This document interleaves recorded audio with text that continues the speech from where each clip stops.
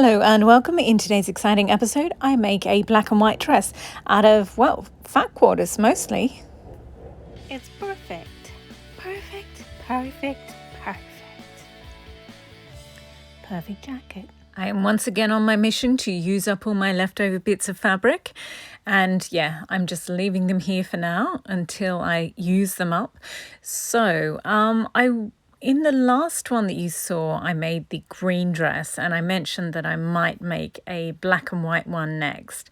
Oh, here's the gorgeous footage of all the bits that I made and then eventually sewed together to make the green dress. Group shot. Here's the pink and green one and the green one. I love this shot of the pink and green one because you can see how absolutely adorable the skirt looks with the every second bit a different color. Anyway, and those are the 12 shots. Anyway, so I did end up cutting this bodice. This is the front and I was going to have a bit of black for the back and use up the scraps to make the skirt, but I still can't decide whether I'm going to include the grey scraps or not.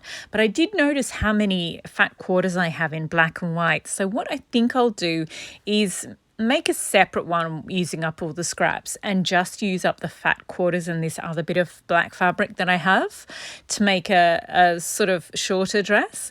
So what I'll do is there's two fat quarters and I'll use all the fat quarters in the first and second tier, except for this one, which I think I will use as the front of the bodice because it's just gorgeous and it's quite different than the other ones. I don't think it'll work on the skirt, whereas I do think it would look really cute as the front of the bodice.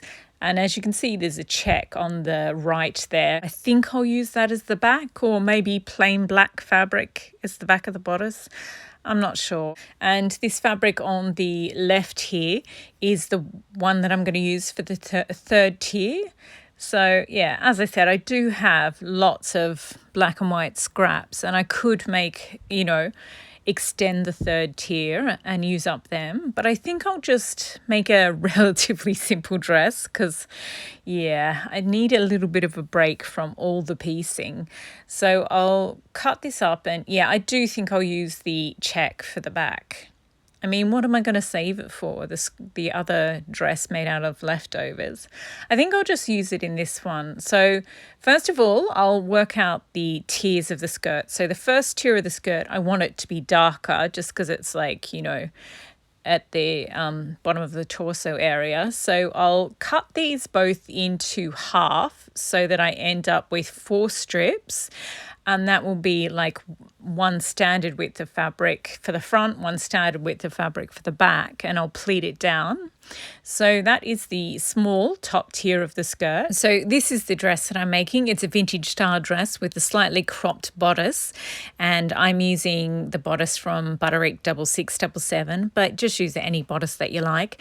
And then 3 tiers for the skirt. It's not any pattern or anything. You just do 3 strips of fabric and pleat them down, and the first tier is you double it to get the second tier, then you double it again to get the third tier.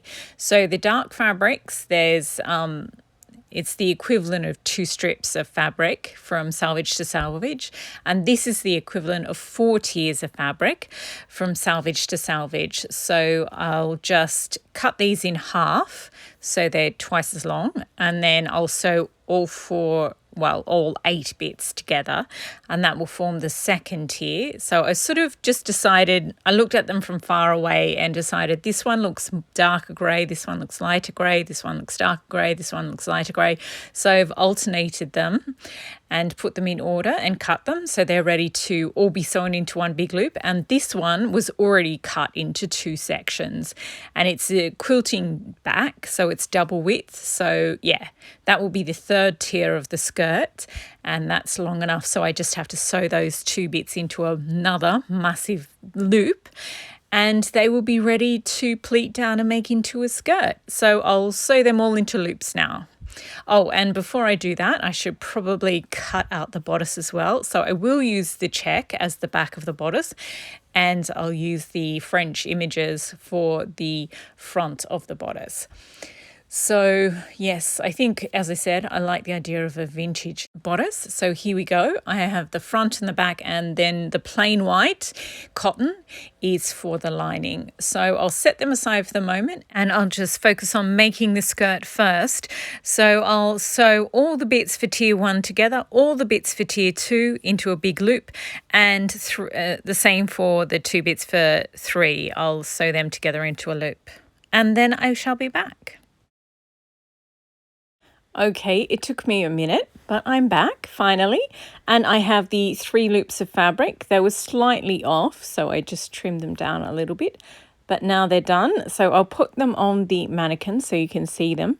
So the one on the left is the shortest one. That's the 4 bits of 4 bits of fabric all stitched together. I think I'll probably do the cross bit as the front, and then this is the second one. The that swirly fabric is by far the loudest, so I guess I'll do that as the front center and the back center. And then the last fabric, I was worried that this would look too blue because it's actually blue flowers on a black base, but it does look very black and white or black and grey or something. So yeah, I like the way that it's looking. So what I have to do now is pleat it down. So we'll start with the first 2 tiers. This is the first tier. As I said, I'm going to do this sort of crosses section as the front and centre bit, and then they're sort of white with the shadow flowers on each hip. And then for the second tier, I'm going to have the swirly bit in the front, and then the less dominant prints all around the sides, I think. So we'll put a pin in the centre front of each of them, and I also need pins on the left side, the right side, and the centre back. So I'll start with 4 pins in the bottom of the first tier, 4 pins in the bottom of the top of the second tier, and then I pin those bits of the fabric together, and then I pinned halfway between, so I had 8 points, then 16 points, and then I pleated it down. So to pleat it down, you sort of just gather the 2 fabrics, and then you sort of push all the fabric over to one side neatly so it's flat, and then you just neatly push it back, fold it back over the top, and then you pin it in place, and that's your pleat. That's your knife pleat. It's really simple, and then you obviously do it hundreds and hundreds of times, but it's that simple. You just pin the 2 together, and then the gap of fabric, move it to the left neatly so that it's flush on the fabric. The 2 bits of fabric are flush together. Then fold it back over itself, and then this is me just explaining that I do my pleats to push all the excess fabric to the left and then fold it back to the right, because that way when I'm sewing it on my sewing machine, everything is flat and it's not one bump. Like when you're sewing it, it's really easy, whereas if you push all your fabric to the right, then when it comes time to sewing it, you sort of have to adjust every single time you get to a new pleat when you're sewing it on your machine. So anyway, my first tier and second tier are machine sewn together. You just, as you get to a pin, you take it out and you just sew, and then you take another pin out, you sew, and then once you've done that, then you attach the third tier to the second the same way. And here we are. I've pinned it on the mannequin, and now that I'm looking at it, I'm not really sure about this swirl fabric. It's a bit much. I think I would like it better if it was like the 2 hips, like the sides or the thighs. And I really like this sort of crosshatch fabric. I think it's really subtle and I like it. So I might have, instead of having those 2 crosshatch fabrics on the side, I'll put the crosshatch on the front and the centre back, and then that will mean that the swirl, the really loud fabric, will be on my thighs, like the sides of the dress. I think I'll do that. And that way, the crosses on the top tier. I don't think the top tier matters so much, but I think that swirl is a bit too much. I think I prefer it on my sides rather than at the centre front and the centre back. So now it is time, we'll just leave the skirt there, and it is time to do the bodice. So here we go, the French pastoral, whatever you call it. I love this fabric. All the different scenes, like he's painting a picture, and then there's people chatting, and there's people playing music. It's really cool. Anyway, time to do the bodice. So obviously, but I didn't say it, this is a sleeveless bodice. So I'm using the burrito method, which involves doing tiny steps from the top of the bodice down to the bottom. So the first thing we do is pin and sew the shoulders together, so for the outer and then for the lining. So they are done, left and right, left and right. Then you spread out, lay flat the outer bodice, and then on top of that you put the lining bodice right sides together, and then we're doing the neckline now. So you make sure the shoulder seams are exactly even, pin them, and then the center fronts you pin them, the center backs pin those two together, then you machine sew that, then you clip the curve, and and now it is time to turn the whole thing in the correct way. So you just sort of push through one layer, and then it becomes, ta-da, the bodice. So if you machine sew your understitching of your neckline, now is the time to do it. But I hand stitch mine, which happens at the end. But if you machine sew, now is the time before the armholes are done. Otherwise you won't be able to. Okay, so now it is time to do the armholes. We'll start with the right, spread it out so that the lining, you can clearly see the lining and the outer.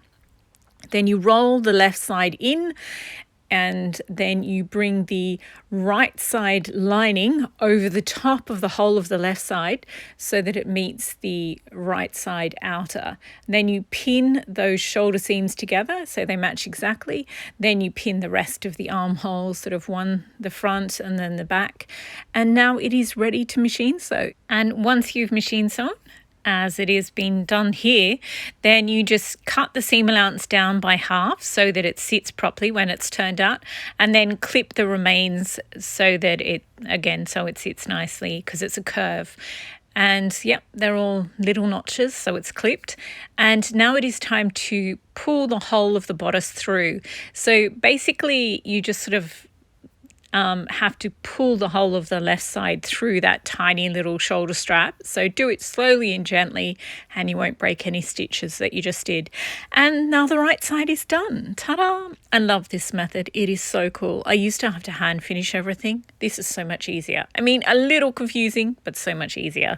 So then we do the left side, spread out the left side and the left lining, then roll the right side into it, bring over the left side lining, etc., etc., and then you pull the whole thing through once it's done.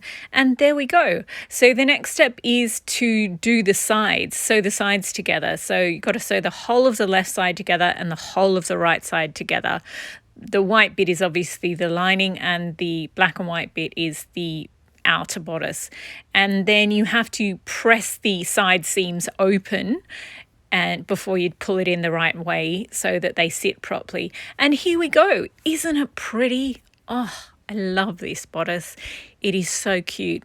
Anyway, it is time to pop it on a mannequin. And I haven't turned the skirt around. Pinning a skirt on a mannequin is such, like, you have to hold the weight with one hand and try and grab a pin and put it in with the other, and it's a whole thing.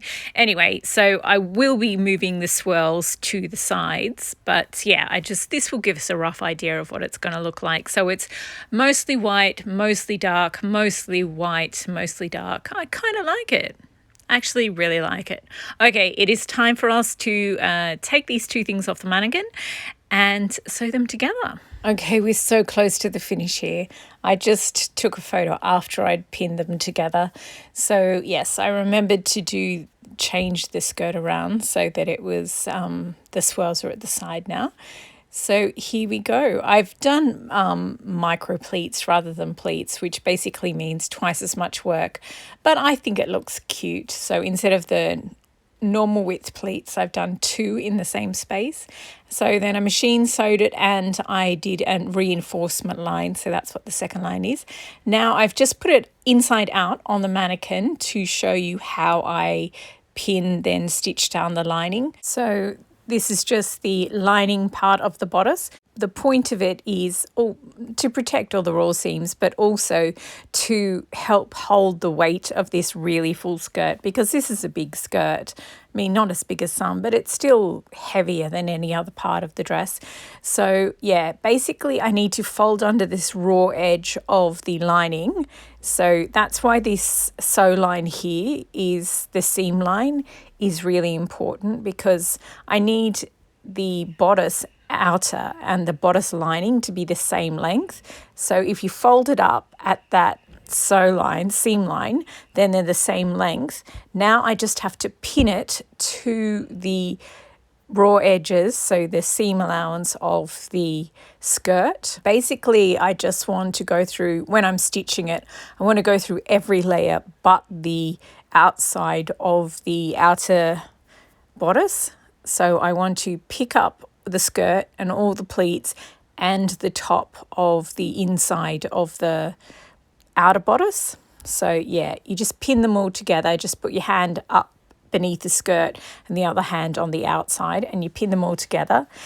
Some people find it easier to leave it so that the bodice lining is just pinned like this, and just when you're ready to do the next bit, pin it to all the layers of the skirt, then hand stitch that section, take the pin out, then pin the next pin to all the layers. So whichever way works for you.